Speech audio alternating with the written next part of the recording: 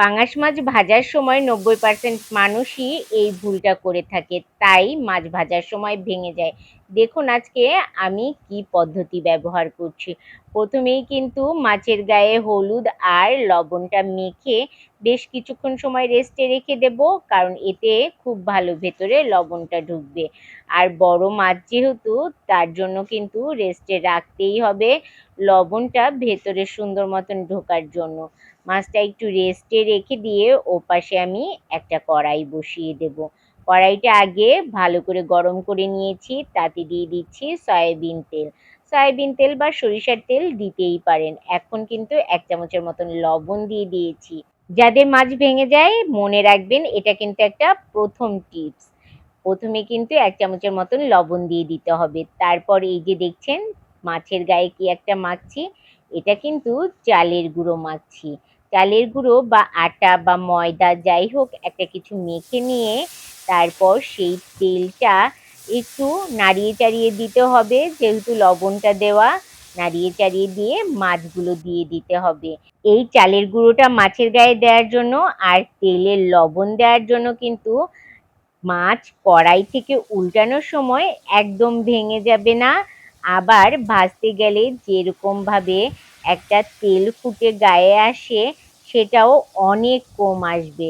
যারা নতুন রাঁধুনিরা আছেন বা যারা পুরাতন আছেন এই টিপসটা ফলো করেন না, তারা কিন্তু ফলো করে দেখতে পারেন, একদমই কাজে লাগবে অনেকটাই।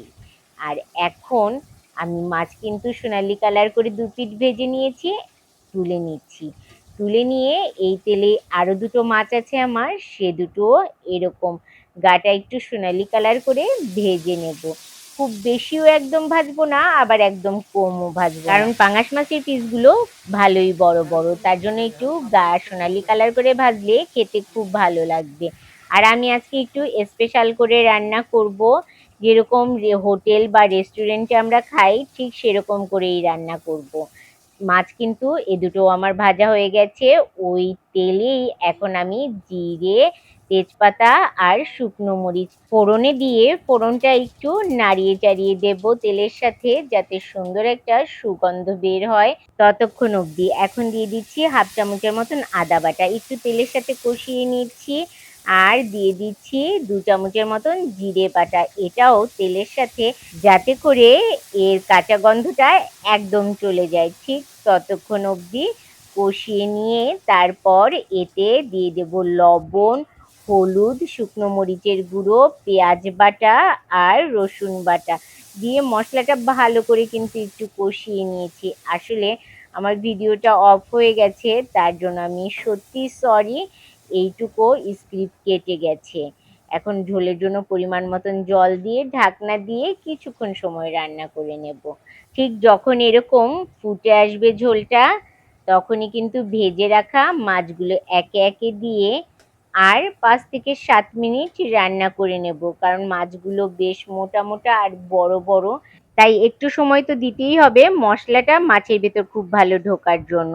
এপাশে একটা মশলা করে নিচ্ছি, তাতে আছে ১ চামচ জিরে, ১ চামচ ধনিয়া আর কিছুটা গরম মশলা, যেমন ২-৩টা এলাচ, ২-৩টা ছোট টুকরো দারচিনি, সেটা পাটায় গুঁড়ো করে মাছের গায়ে দিয়ে দিচ্ছি। ঠিক নামানোর আগেই কিন্তু এই ভাজা মশলাটা দিলে তার ঘ্রাণ আর স্বাদটাও কিন্তু দারুণ আসে। একদম ঠিক হোটেল রেস্টুরেন্টের মতন যেভাবে তারা পাঙাশ মাছ রান্না করে ঠিক সেরকমই একটা ফ্লেভার আসবে আর খেতেও সেরকম লাগবে। পাঙাশ মাছ কিন্তু অলমোস্ট আমার রেডি হয়ে গেছে। রেসিপিটা আপনাদের কেমন লাগলো জানাতে ভুলবেন না। আপনারা কিভাবে পাঙাশ মাছ রান্না করেন, কোন টিপসটা ফলো করে দুর্দান্ত স্বাদ আনেন পাঙাশ মাছের, তাও জানিয়ে যাবেন। ফোরনের রান্নায় আবার দেখা হবে।